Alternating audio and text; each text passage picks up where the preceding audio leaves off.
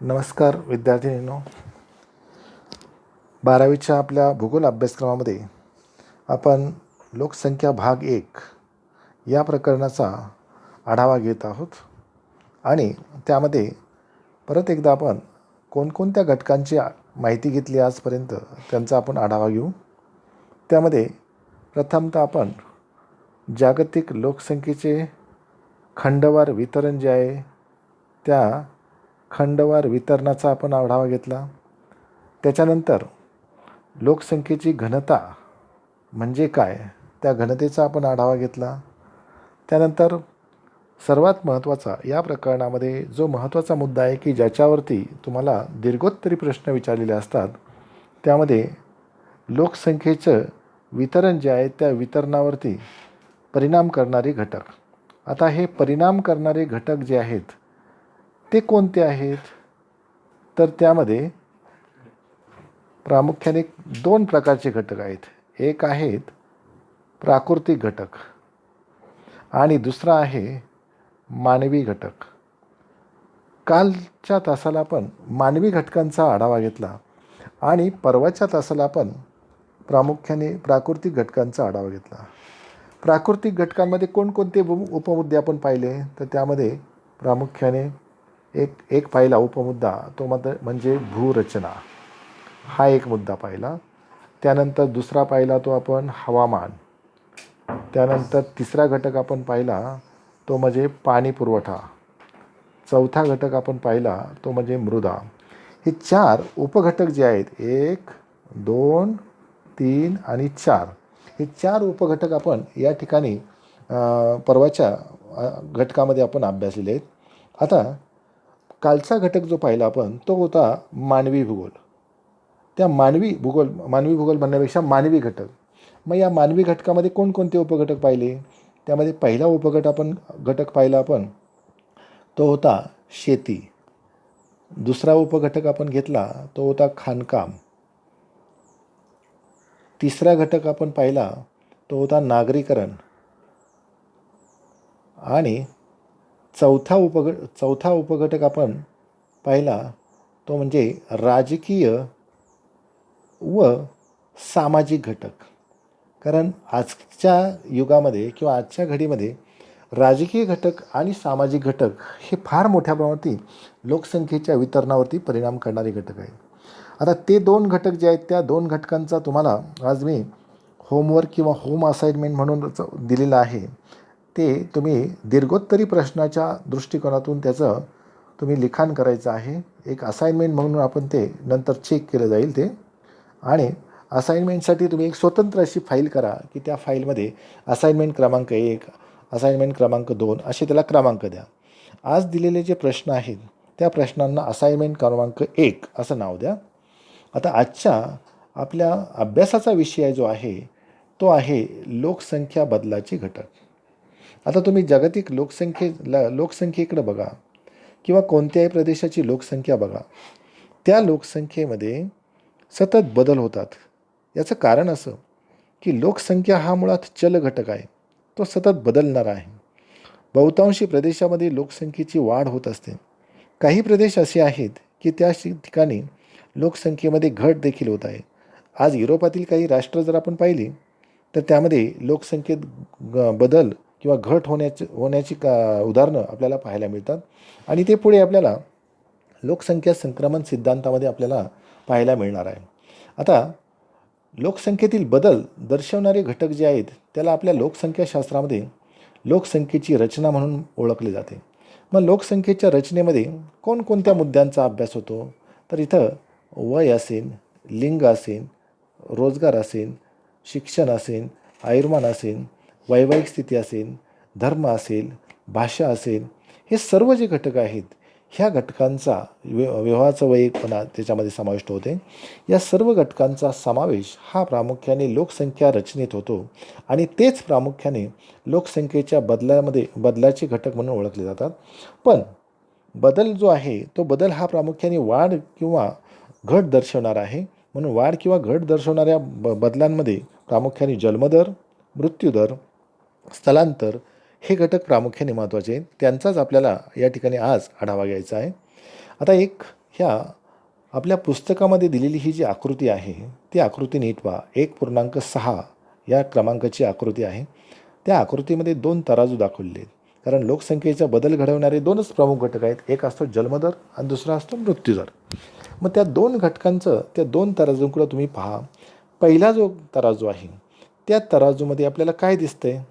तर पहिल्या तराजूमध्ये आपल्याला हा जन्मदर जो आहे हा खाली आलेला दिसतोय आणि मृत्यूदर जो आहे तो वरती गेलेला आहे. म्हणजे काय? जन्मदराचं प्रमाण जास्त आहे आणि मृत्यूदराचं प्रमाण कमी आहे. इथे जन्मदर हा खाली आलेला आहे आणि मृत्यूदर हा वरती. म्हणजे जन्मदर जो आहे हा प्रामुख्याने कसा आहे तुमचा? जास्त आणि मृत्यूदर काय आहे? कमी. मग ह्या दोघांमधला जो फरक आहे हा जो दोघांमधला फरक जो आहे तो फरक हा तुमची काय दर्शवतो? वाढ दर्शवतो. या ठिकाणी जन्मदराचं प्रमाण जास्त, ज्या ठिकाणी मृत्यूदराचं प्रमाण कमी, त्या ठिकाणी लोकसंख्या ही वाढलेली दर्शवली जाते किंवा वाढ दर्शवली जाते. आता दुसरा तराजू बघा की या ठिकाणी प्रामुख्याने आपल्याला काय दिसतंय? तर जन्मदर जो आहे तो वरती किंवा तो तराजू हलका आहे आणि मृत्यूदराचा तराजू मात्र कसा आहे? जास्त. म्हणजे जन्मदराच्या तुलनेत मृत्यूदराचं प्रमाण कसं आहे? जास्त. मग या ठिकाणी काय परिस्थिती असेल? तर इथं लोकसंख्या जी आहे ती प्रामुख्याने काय असणार आहे? इथं ऋण आणि इथं काय असणार आहे? प्लस असणार आहे. म्हणजे पहिल्या आकृतीमध्ये जन्मदर जास्त मृत्यूदर कमी म्हणून लोकसंख्या वाढ ही जास्त होणार आणि दुसऱ्या आकृतीमध्ये जन्मदरापेक्षा मृत्यूदराचं प्रमाण जास्त असल्यामुळे लोकसंख्येमध्ये काय होणार आहे? घट होणार आहे. तर हे ह्या 2 आकृत्यांमधून आपल्याला बोध होतो. तेच स्पष्टीकरण इथं आपल्याला या खालच्या प्रश्नांमध्ये दिलेलं आहे बघा. आता इथं जर दोन्ही दर ही तिसरा प्रश्न बघा. जर दोन्ही दर समान असल्यास जर काय होईल? तर दोन्ही जर समान असतील तर प्रामुख्याने लोकसंख्येत वाढ किंवा घट होणारच नाही. त्या ठिकाणी लोकसंख्या काय राहील? तुमची समान राहील. आता पुढे बघा. याच घटकांचा उल्लेख आपल्याला या ठिकाणी केले, त्याचं स्पष्टीकरण दिले बघा की लोकसंख्येतील बदल ही व्याख्या नीट लक्षात घ्या. लोकसंख्येतील बदल हा प्रदेशातील रहिवासी त्यांच्या संख्येत विशिष्ट कालावधीत झालेला बदल असतो. हा बदल सकारात्मक किंवा नकारात्मक. सकारात्मक म्हणजे वाढ आणि नकारात्मक म्हणजे काय असतो? घट असते. ही व्याख्या संज्ञेसाठी लक्षात ठेवायची. एखाद्या प्रदेशातील रहिवाशांच्या संख्येत विशिष्ट कालावधीत झालेला बदल हा बदल एकतर सकारात्मक असतो किंवा नकारात्मक असतो. या बदलाला किंवा त्या टक्केवारीचं स्वरूप जे आहे त्या स्वरूपाला त्या ठिकाणी लोकसंख्येतील बदल असं म्हणता येईल आपल्याला.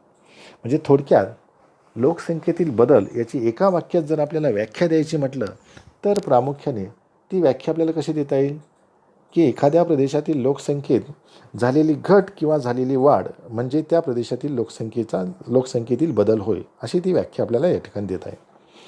आता हा जो बदल आहे तो बदल प्रामुख्याने एकतर प्रामुख्याने तो कशामध्ये असतो? टक्केवारीमध्ये पण दर्शवलेला असतो किंवा तो संख्यात्मक स्वरूपात देखील दर्शवलेला असतो. आणि हा बदल जो आहे त्या बदलावरनं त्या देशाची लोकसंख्या जी आहे त्या लोकसंख्येचा आर्थिक विकासाचा आपल्याला आढावा घेता येतो. सामाजिक उत्थान म्हणून देखील प्रामुख्याने सामाजिक उत्थान म्हणजे सामाजिक बदल म्हणून देखील लोकसंख्येच्या बदलाकडे पाहता येते. उत्थान या शब्दाचा इथं वापरलेला आहे तो बदलाच्या अर्थाने वापरलेला आहे. तर इथं एक उदाहरण दिलं आहे बघा. लोकसंख्या कमी असेल तर गरिबी कमी करणे शक्य असेल. हे असं का विधान दिलं आहे? तर साहजिकच त्या प्रशासनाला किंवा स्थानिक शासन असेल किंवा राज्यकर्ते असतील, कमी लोकसंख्येमध्ये जर जास्तीत जास्त त्यांना रोजगार उपलब्ध करून दिला तर गरिबी सहज शक्य होते. पण तीच संख्या जास्त असेल तर रोजगार निर्मिती करण्याचं त्या शासनापुढे एक प्रकारचं आव्हान राहतं आणि गरिबी कमी करण्याचे त्यांचे जे प्रश्न असतात ते प्रश्न मोठे होऊन बसतात. हे भारतासारख्या देशात आज आपण पाहतो किंवा आजही आफ्रिकनसारख्या देशांमध्ये आज आपण पाहतो. तर हे आपल्याला त्या ठिकाणी उदाहरण देता येतील. आता हा जो बदल आहे तो बदल कशामुळे दर्शवला जातो? तर मगाशी आपण उल्लेख केला होता त्याप्रमाणे जन्मदर आणि काय आहे? मृत्यूदर. हे 2 घटक त्याचबरोबर स्थलांतर या 3 घटकांमुळे लोकसंख्येतला बदल पाहायला मिळतो. आता तुम्हाला असा प्रश्न पडला असेल की जन्म मृत्यू दर यांच्या दोघांमधील तफावत जी आहे ती तफावत म्हणजे एकूण लोकसंख्येतील वाढ असते. लोकसंख्येची वाढीची व्याख्याच करताना मुळात अशी अशी केली जाते, लक्षात घ्या, की लोकसंख्या वाढ म्हणजे जन्मदर आणि मृत्यूदर यांच्यातील तफावत होय, अशी ती व्याख्या केली जाते. मग लोकसंख्येच्या वाढीमध्ये जन्मदर आणि मृत्यूदर ह्या संज्ञा आल्या, पण स्थलांतराचा काय संबंध, असा प्रश्न तुम्हाला पडला असेल. तर आत्ताचं एक भारतातलं तुम्हाला उदाहरण देतो की सध्या NRC किंवा नॅशनल किंवा त्याला पण राष्ट्रीय नागरिकत्व नोंदणी कायदा भारताने अंमलात आणला आणि ईशान्येकडील राज्यामध्ये प्रामुख्याने त्याची नोंदणी केली आणि असं लक्षात आलं की कित्येक लाख लोकांची त्यामध्ये आपल्या राष्ट्रीय रजिस्टरमध्ये त्याची नोंदणीच नाही भारतीय नागरिक म्हणून. म्हणजे याचा अर्थ काय की हे लोक एकतर बांगलादेशातून, म्हणजे 1971चा जो बांगलादेशाचा प्रश्न निर्माण झाला होता त्या कालखंडामध्ये ते आपल्या भारतात बांगलादेशातून स्थलांतरित म्हणून आले आणि त्यामुळे ती लोकसंख्या तिथं वाढली. तशीच परिस्थिती प्रामुख्याने आत्ता जर आपण जगाच्या पार्श्वभूमीवरती जर पाहिलं तर जी अरब राष्ट्र आहेत त्या अरब राष्ट्रांमध्ये देखील रोजगाराच्या निमित्ताने झालेली तिथली स्थलांतरं असतील किंवा अमेरिकेमध्ये देखील प्रामुख्याने आशिया आणि आफ्रिका खंडातून झालेली स्थलांतरं असतील. तर ह्या स्थलांतरामुळे एखाद्या प्रदेशाची लोकसंख्या वाढते किंवा एखाद्या प्रदेशाची लोकसंख्या कमी पण होऊ शकते, ही काही उदाहरणं आपल्याला या ठिकाणी देता येऊ शकतील. आता जन्मदर म्हणजे काय किंवा त्याला जन्मदराला साधारण ढोबळ जन्मदर असा शब्द वापरला जातो. आता ते ढोबळ शब्द का वापरला जातो ते आपण त्याचं पुढे स्पष्टीकरण पाहणार आहोत. तर त्याची व्याख्या अशी आहे बघा, एका वर्षात दर हजारी लोकसंख्येमागे जन्माला येणारी जिवंत अर्भके. एका वर्षात दर 1000 लोकसंख्येमागे जन्माला येणारी जिवंत अर्भके. म्हणजे थोडक्यात आपल्याला काय म्हणता येईल, एखाद्या प्रदेशात एखाद्या प्रदेशात दर 1000 लोकसंख्येमागे जन्माला आलेल्या जिवंत अर्भकांची संख्या म्हणजे त्या प्रदेशाचा ढोबळ जन्मदर, अशी त्याची व्याख्या करता येईल. आता याच्यामध्ये सूत्रामध्ये किंवा एक उदाहरण इथे या ठिकाणी दिले की एका शहरात 2019 साली 3,250 अर्भके जन्माला आली आणि त्यावेळेला त्यांची लोकसंख्या 2,23,000 होती. मग 3,250 भागिले 2,23,000 गुणिले 1000 गुणिले का करायचं, तर हजारीमध्ये मोजला जातो म्हणून 1000. तर त्याचं उत्तर आलं 14.7. म्हणजे काय, सरासरी त्या प्रदेशात दर 1000 लोकसंख्येमागे 14.57 जन्मदर झाला किंवा जिवंत अर्भके जन्माला आली, असा त्याचा अर्थ होतो. तर ढोबळ जन्मदर जसा आहे तसाच प्रकारे आपल्याला ढोबळ मृत्यूदर देखील काढता येईल. मग त्याची व्याख्या देखील अशीच करता येईल की एका वर्षात दर 1000 लोकसंख्येमागे मृत्यू पावणाऱ्या लोकांची संख्या म्हणजेच प्रामुख्याने ढोबळ मृत्यूदर. मग ती देखील अशाच पद्धतीने काढली जाते जसं आपण जन्मदर काढला की एखाद्या प्रदेशात एका वर्षामध्ये मृत्यू पावलेल्या लोकांची संख्या भागिले त्या प्रदेशातील एकूण लोकसंख्या गुणिले 1000. जी काही प्रामुख्याने उत्तर येईल ते प्रामुख्याने त्या प्रदेशाचं मृत्यूदर किंवा ढोबळ मृत्यूदराचं उदाहरण होऊ शकेल. आता इथे ही काही जरा प्रयत्न करा म्हणून हे 2 प्रश्न दिलेले आहेत. ते तुम्ही घरी प्रामुख्याने पुस्तकाचा आधार घेऊन त्या प्रश्नांचा उल्लेख करायचा आहे किंवा विचार करायचा आहे. आता इथं पुढे जाऊ आपण की ह्या व्याख्या लक्षात ठेवा किंवा ही सूत्र लक्षात ठेवा, ही संज्ञा लक्षात घ्या की ह्या 4 संज्ञा आहेत. त्यातली पहिली संज्ञा आहे ढोबळ जन्मदर. मगाशी आपण उल्लेख केल्याप्रमाणे एका वर्षात जन्मलेल्या जिवंत अर्भकांची संख्या भागिले त्या वर्षाची एकूण लोकसंख्या भागिले त्या वर्षाची एकूण लोकसंख्या गुणिले 1000. म्हणजे हा आला काय तुमचा हजारी ढोबळ जन्मदर. तसंच प्रामुख्याने हजारी मृत्यूदर काढायचा आहे. एका वर्षात झालेल्या मृत्यूंची एकूण संख्या भागिले त्या वर्षीची एकूण लोकसंख्या गुणिले 1000 हा झाला त्या वर्षाच्या त्या प्रदेशाचा ढोबळ मृत्यूदर. हे 2 संज्ञा तुमच्या लक्षात आल्या. आता तिसरी संज्ञा आहे ती लोकसंख्या वाढ. मगाशी मी प्रस्तावनेतच उल्लेख केला होता की लोकसंख्या वाढ ही कशी काढली जाते, तर प्रामुख्याने जन्मदर ढोबळमानाने अशी व्याख्या केली जाते की जन्मदर वजा मृत्यूदर त्यामधली जी तफावत आहे ती प्रामुख्याने लोकसंख्या वाढ असते किंवा ती तुमची लोकसंख्या वाढीचा वेग दर्शवते. आता इथं मात्र काय म्हटलेलं आहे की साध्या आणि सोपा शब्दांचा वापर केलेला आहे. सध्याची लोकसंख्या वजा आधीची लोकसंख्या. मग जी काही शिल्लक राहील ती तुमची झालेली काय लोकसंख्या वाढ.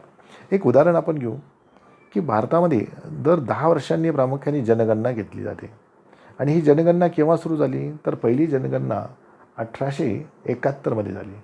आणि तेव्हापासून दर 10 वर्षांनी आपण जनगणना दुसरी जनगणना जी आहे ती प्रामुख्याने 1881 आणि दर त्याच्यानंतर 10-10 वर्षांनी होत गेला. आत्ता अलीकडच्या काळात जी जनगणना होऊन गेली आपली ती 2011 साली. आता पुढची जनगणना आपली कधी होणार आहे तर चालू वर्षी म्हणजे 2021 साली. मग आता भारताच्या लोकसंख्येची वाढ कशी करता येईल 10 वर्षातली तर 2021मध्ये येणारी लोकसंख्येचा आकडा वजा 2011मध्ये असणाऱ्या 121 कोटीचा आकडा. मग जो काही प्रामुख्याने फरक येईल ती प्रामुख्याने 10 वर्षातली वाढ. मग वार्षिक वाढ काढण्यासाठी त्या वाढीला तुम्ही 10ने भागलं की ते तुमची काय येणार आहे वार्षिक वाढ येणार. अशा पद्धतीने देखील तुम्हाला लोकसंख्येची वाढ काढता येऊ शकेल. आता लोकसंख्या वाढीचा दर कसा काढायचा आहे त्यासाठी एक सूत्र दिले आहे बघा. लोकसंख्या वाढ भागिले आधीची लोकसंख्या गुणिले 100. ह्या सूत्राच्या माध्यमातून आपल्याला लोकसंख्येची वाढ देखील काढता येते. आता त्याचबरोबर इथे एक निरीक्षण बघा की आत्ता आपण जन्मदर मृत्यूदर ह्या 2 संज्ञा पाहिल्या आणि त्या संज्ञांच्या आधारे एखाद्या देशाच्या लोकसंख्या वाढीचा अंदाज आपल्याला या ठिकाणी काढता येऊ शकेल. इथे पहिल्या क्रमांकाला दिला आहे तो स्वीडन.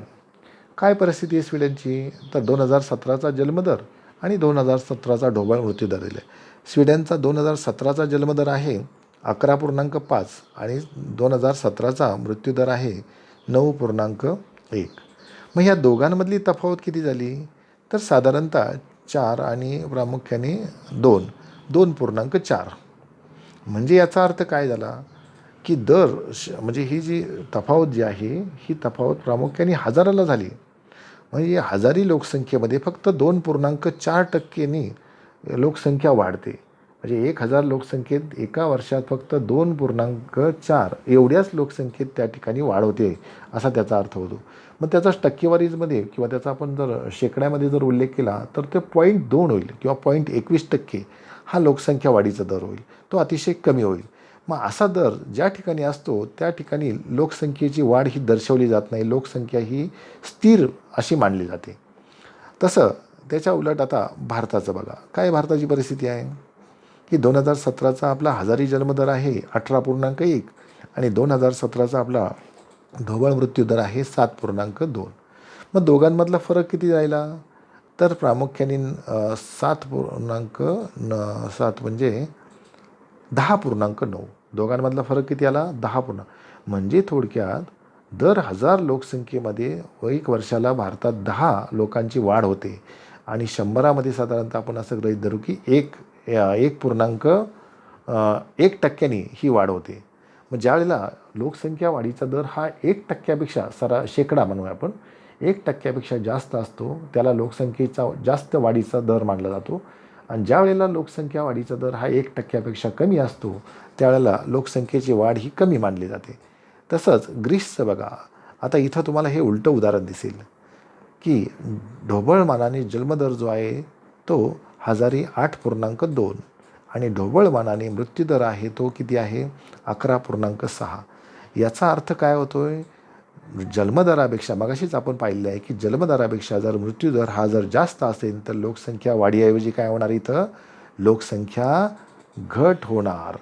म्हणजे ग्रीसची लोकसंख्या काय होत आहे कमी कमी होत आहे हे इथं उदाहरण दिसते. म्हणजे ह्या वरीलच्या जी सगळी उदाहरणं दिली आहेत. आता चीनचं उदाहरण बघा. चीनमध्ये देखील लोकसंख्या वाढीचा दर भारतापेक्षा किती कमी आलेला आहे हे तुम्हाला ह्या दोघांच्या तफावतीवरून दिसेल. 12.4 जन्मदर आणि 7.1 मृत्यूदर आहे. अमेरिकेचं देखील संयुक्त संस्थानात 11.8 8.5 आणि हे म्हणजे आता ह्या बाकीच्या देशांमध्ये फारसा उल्लेख नाही किंवा फारसा आपल्याला व्हॅरिएशन आढळत नाही. ह्याच्यामध्ये व्हॅरिएशन आढळलं ते आपल्याला ग्रीसमध्ये हा मायनस दर झाला. आणि नायजर देश जो आहे इथं बघा दर हजारी 46.5 हा जन्मदर आणि मृत्यूदर फक्त 8.5. म्हणजे जवळपास हजारी 34हून जास्त लोकसंख्या त्या ठिकाणी वाढते.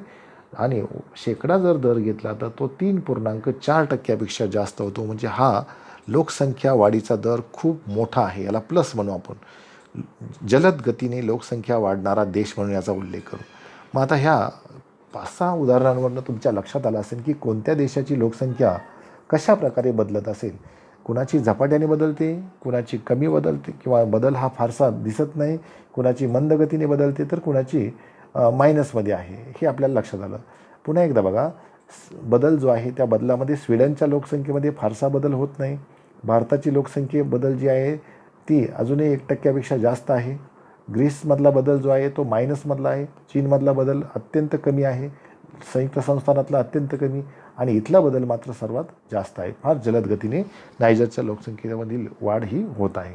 तर ही काही उदाहरणं आपण या ठिकाणी घेतलेली आहेत. आता खालची एक संज्ञा महत्त्वाची आहे. ही संज्ञा महत्त्वाची आहे की लोकसंख्या वाढ आणि विस्फोट. मग विस्फोट कशाला म्हणायचं, तर वरील ही जी उदाहरणं आपण घेतलेली आहेत आत्ता, ह्या उदाहरणांमधून तुम्ही सांगू शकता की लोकसंख्या विस्फोट आपल्याला कशाला म्हणायचं, की ज्या प्रदेशामध्ये फार जलद गतीने लोकसंख्या वाढत आहे, ज्या प्रदेशामध्ये फार जलद गतीने लोकसंख्या वाढत आहे, अशा लोकसंख्येला त्या प्रदेशातील लोकसंख्येचा विस्फोट झाला असं म्हणतात. किंवा आपल्या भौगोलिक भाषेमध्ये लोकसंख्या विस्फोटाची व्याख्या अशी केली जाते, जन्मदराच्या तुलनेत मृत्यूदर अत्यंत कमी असेल तर त्या ठिकाणी लोकसंख्या वाढ ही जलद दर्शवली जाते, त्याला लोकसंख्येचा विस्फोट असं म्हटलं जातं. आता या विस्फोटाबद्दल चर्चाच करायची म्हटलं तर भारताची परिस्थिती जी आहे 1970च्या नंतर 1970पासून तर साधारणतः 2011पर्यंतची परिस्थिती आपण असं म्हणू की भारताची ही लोकसंख्या विस्फोटाची आहे. भारताच्या लोकसंख्येत जलद गतीने वाढ झाली. चीन ह्या लोकसंख्येच्या विस्फोटातून आता बाहेर पडलेला आहे. सद्यस्थितीमध्ये लोकसंख्येच्या विस्फोटाची अवस्था ही नायजर असेल, केनिया असेल, बांगलादेश असेल, तर हे जे देश आहेत या देशांमध्ये सध्या लोकसंख्या विस्फोटाची अवस्था आहे. त्यांची लोकसंख्येची वाढ ही फार जलद गतीने चालू आहे. तर लोकसंख्या विस्फोट म्हणजे काय, ही एक संज्ञा फक्त लक्षात घ्या. आता आपण तक्ता क्रमांक 1.5कडे जाऊ. काय आहे या तक्त्यामध्ये, तर जन्मदर आणि मृत्यूदर यांचं प्रामुख्याने स्वरूप दिले आहे. त्या स्वरूपावरून तुम्हाला काय परिणाम होणार आहे, लोकसंख्या वाढीमध्ये काय परिणाम होणार आहे त्याचा निष्कर्ष काढायचा आहे. त्याचं एक उदाहरण दिले बघा. पहिलं उदाहरण काय दिलं आहे, जन्मदर जर जास्त असेल आणि मृत्यूदरही जास्त असेल तर लोकसंख्या स्थिर किंवा कमी वाढ असेल. कारण ह्या दोघांमधला फरक जो आहे तो अत्यल्प असणार आहे आणि अत्यल्प असल्यामुळे एकतर ती स्थिर असेल किंवा एकतर ती कमी वाढ असेल. जसं आपण इथं स्वीडनचं उदाहरण पाहिलं, स्वीडन हा या गटामध्ये बसतो, कमी वाढ. आता दुसरं उदाहरण बघा. दुसरं उदाहरण काय, जन्मदर जास्त आणि मृत्यूदर घटता. म्हणजे काय, दोघांमधली तफावत वाढली म्हणल्यावरती इतर लोकसंख्येची वाढ कशी होणार, जलद गतीने होणार. लोकसंख्या ही जलद गतीने वाढणार. तिसरा काय आहे, लोकसंख्यात जन्मदर जो आहे तो जास्त आणि मृत्यूदर कमी. इथंही लोकसंख्येची वाढ काय दाखवणार, तुम्हाला जास्त दाखवणार. चौथ्यात काय, मृत्यूदर घटता आहे, जन्मदर घटता आहे म्हणजे जन्मदर कमी झालेला आहे आणि मृत्यूदर पण कमी झाला आहे. दोघंही कमी झाले तर इथंही प्रामुख्याने लोकसंख्येची वाढ काय दर्शवली जाणार आहे, पुन्हा स्थिर किंवा कमी वाढ दर्शवली जाणार आहे. म्हणजे पहिली जी अवस्था आहे ती अवस्था परत कधी येणार आहे, चौथ्या टप्प्यामध्ये येणार आहे. आणि 5वा टप्पा जो आहे याच्यामध्ये काय दाखवलेलं आहे की जन्मदर हा कमी आणि मृत्यूदर पण कमी, दोघंही कमी आहेत. मग दोघंही जर कमी असतील तर इथं मात्र लोकसंख्या ही घटणार आहे. दोघंही कमी झाल्यामुळे लोकसंख्या घटण्याचे चान्सेसच जास्त असतात. तर हे निष्कर्ष आपल्याला या ठिकाणी काढता येतील. अशा प्रकारे इथे लक्षात घेतलं असेल तुम्ही की लोकसंख्येच्या विस्फोटाची परिस्थिती आणि त्या विस्फोटावरनं या तक्ता क्रमांक जो आपण 1.5 त्याचं आपल्याला निरीक्षण किंवा त्याचं आपल्याला स्पष्टीकरण पाहता येईल. आता पुढे त्या तक्त्याचाच आधार घेऊन हा महत्त्वाचा मुद्दा आहे बघा. ही जी आकृती आहे त्या आकृतीचं नीट लक्षात किंवा नीट विचार करा. याला आपल्या लोकसंख्याशास्त्रामध्ये लोकसंख्या संक्रमण प्रतिमान, त्याला काय म्हणतात, लोकसंख्या संक्रमण प्रतिमान. म्हणजे कोणत्याही प्रदेशाची किंवा कोणत्याही देशाची लोकसंख्या वाढताना त्याचा इतिहास जर अभ्यासला तर त्या वाढीचे असे विशिष्ट असे टप्पे असतात आणि ते टप्पे हे प्रामुख्याने लोकसंख्याशास्त्रात या लोकसंख्या संक्रमण सिद्धांताच्या माध्यमातून मांडलेले आहेत. पूर्वी याचे 3च टप्पे होते, नंतर 4था टप्पा झाला आणि आता अलीकडच्या काळामध्ये त्यात 5वा टप्पा हा नव्याने ॲड करणार आहे. मग हे 5 टप्पे जे आहेत ते 5 टप्प्यांचं स्पष्टीकरण आपल्याला या ठिकाणी पाहिजे आहे. पण ते स्पष्टीकरण जे आहे ते स्पष्टीकरण पाहण्याच्या अगोदर ते स्पष्टीकरण आज आपले या तासामध्ये होणार नाही. आज फक्त आपण काय पाहणार आहोत की त्या 5 टप्प्यांच्या संदर्भातली ही जी आकृती किंवा हा आलेख दिलेला आहे त्या आलेखाचा फक्त आढावा घेणार आहोत. तो आलेख बघा. आता याच्यामध्ये तुम्ही एक लक्षात घ्यायचं की इथं या बाजूला दाखवलेला आहे तो हजारी प्रामुख्याने जन्मदर आणि मृत्यूदर दाखवला आहे. म्हणजे हजारी जन्मदर आणि मृत्यूदर हे त्याला आपण वाय अक्ष म्हणू. यक्ष अक्ष जो आहे त्या यक्ष अक्षाला आपण काळ म्हणू. आता हा काळ दाखवला आहे इथे. आणि इथे किती आलेख दिलेले आहेत तर इथे खालचा एक 3 आलेख आहेत ते एक लक्षात घ्या. एक आहे निळ्या रंगाची रेषा, ती जन्मदराने दाखवली. काळ्या रंगाची रेषा आहे ती मृत्यूदराने दाखवली. आणि ही लाल रंगाची रेषा आहे ती एकूण जगाची लोकसंख्या वाढ दाखवली. मग आता प्रथमतः आपण निळी रेषा आणि काळी रेषा किंवा ते रेषा आलेखामध्ये निळ्या आणि काळ्या रेषेचं प्रामुख्याने निरीक्षण करूया. आणि त्या निरीक्षणामधून तुमच्या एक लक्षात आलं असेल. आता इथं फक्त पुन्हा एकदा मी तुम्हाला आठवण करून देतो की याचं निरीक्षण करत असताना मगाशी आपण लोकसंख्या वाढीची व्याख्या काय केली तर ती वाढीची व्याख्या पुन्हा एकदा रिमाइंड करायची. काय व्याख्या केली होती आपण? जन्मदर आणि मृत्यूदर. जन्मदर आणि मृत्यूदर यांच्या तफावतीला निव्वळ लोकसंख्या वाढ किंवा नैसर्गिक लोकसंख्या वाढ असे म्हणतात. पुन्हा एकदा बघा. जन्मदर आणि मृत्यूदर ह्या दोघांमधील तफावतीला निव्वळ लोकसंख्या वाढ किंवा नैसर्गिक लोकसंख्या वाढ असे म्हणतात. ही व्याख्या लक्षात आल्याच्यानंतर तुम्ही या दोन्ही रेषालेखांचं निरीक्षण केल्यानंतर तुमच्या एक लक्षात आलं असेल की निळा आलेख जो आहे तो वरून खाली आलेला आहे. साधारण 3ऱ्या टप्प्यामध्ये तो झपाट्याने खाली आला. 4थ्या टप्प्यामध्ये हे टप्पे दिलेत बघा. 1 2 3 4 5 म्हणजे लोकसंख्या वाढीचे कोणत्याही प्रदेशाचे ते टप्पे दिलेले आहेत. मग पहिल्या टप्प्यामध्ये जन्मदर जास्त असतो, दुसऱ्या टप्प्यात देखील तो जास्तच असतो, 3ऱ्या टप्प्यामध्ये तो झपाट्याने खाली येतो, 4थ्या टप्प्यात तो खालच्या लेवलला असतो, 5व्या टप्प्यात एकदमच खाली जातो. तसा मृत्यूदर बघा की मृत्यूदर हा पहिल्या टप्प्यात जास्त आहे, दुसऱ्या टप्प्यात तो झपाट्याने खाली आलेला आहे, 3ऱ्या टप्प्यात एकदमच खाली आलेला आहे, 4थ्या टप्प्यात तो जवळपास जन्मदराच्या जवळ आहे, 5व्या टप्प्यात मात्र तो जन्मदराच्या वर गेलेला आहे. आणि मग याच्यातून तुम्हाला साधारण त्या निरीक्षणातूनच लक्षात येतं आहे की लोकसंख्येची वाढ जी आहे ती कशा पद्धतीची असेल. आणि जो लाल रंगाने दाखवलेला आलेख जो आहे तो एकूण जगाची लोकसंख्या वाढ जी आहे ती वाढ दर्शवली की पहिल्या टप्प्यामध्ये कोणत्याही देशाची लोकसंख्या वाढ जी आहे ती कमी असते, दुसऱ्या टप्प्यात वाढ ही जास्त होते, तिसऱ्यात जास्त होते, 4थ्यात ती टोकावरती जाते. म्हणजे थोडक्यात या ठिकाणी वाढीचा कालखंड जास्त आहे आणि 5व्या टप्प्यात मात्र कोणत्याही देशाची लोकसंख्या ती कमी व्हायला लागते. म्हणजे वाढीचा जे टोक जे आहे सर्वात अतिउच्च टोक हे 4थ्या टप्प्यात आहे. तर ह्या अनुषंगाने किंवा ह्या अशाच प्रकारचं ह्या आलेखाचं जे 5 टप्पे दिले त्या 5 टप्प्यांचं जे विश्लेषण जे आहे ते विश्लेषण मात्र आपण उद्याच्या तासामध्ये बघू. आज आपण इथेच थांबूयात की आज आपण काय अभ्यासलं तर ढवळमानाने लोकसंख्येत बदल करणारे घटक कोणते तर जन्मदर म्हणजे काय, मृत्यूदर म्हणजे काय, निव्वळ लोकसंख्या वाढ म्हणजे काय. तर त्या संदर्भातल्या त्या संज्ञा आपण ज्या घेतल्या त्या संज्ञा तुम्हाला या ठिकाणी लक्षात ठेवायच्यात. तर उद्याच्या पिरियडमध्ये किंवा उद्याच्या तासामध्ये आपण तुम्ही उद्याला हा आलेख थोडासा निरीक्षण करून ठेवा आणि त्याच्या खाली दिलेले जे प्रश्न आहेत ते प्रश्नांची उत्तरं तुम्ही शोधून ठेवा. उद्या आपण उदाहरणासह ह्या आलेखाचे जे 5 टप्पे दिले त्या 5 टप्प्यांचा त्या ठिकाणी आपण आढावा घेऊ. आजच्या तासाला तुर्तास आपण इथेच थांबूया. आजच्या तासापुरते थांबण्यापूर्वी पुन्हा एकदा तुम्हाला सूचना करतो की आलेखाचं निरीक्षण उद्या व्यवस्थित करून ठेवायचं आहे. धन्यवाद.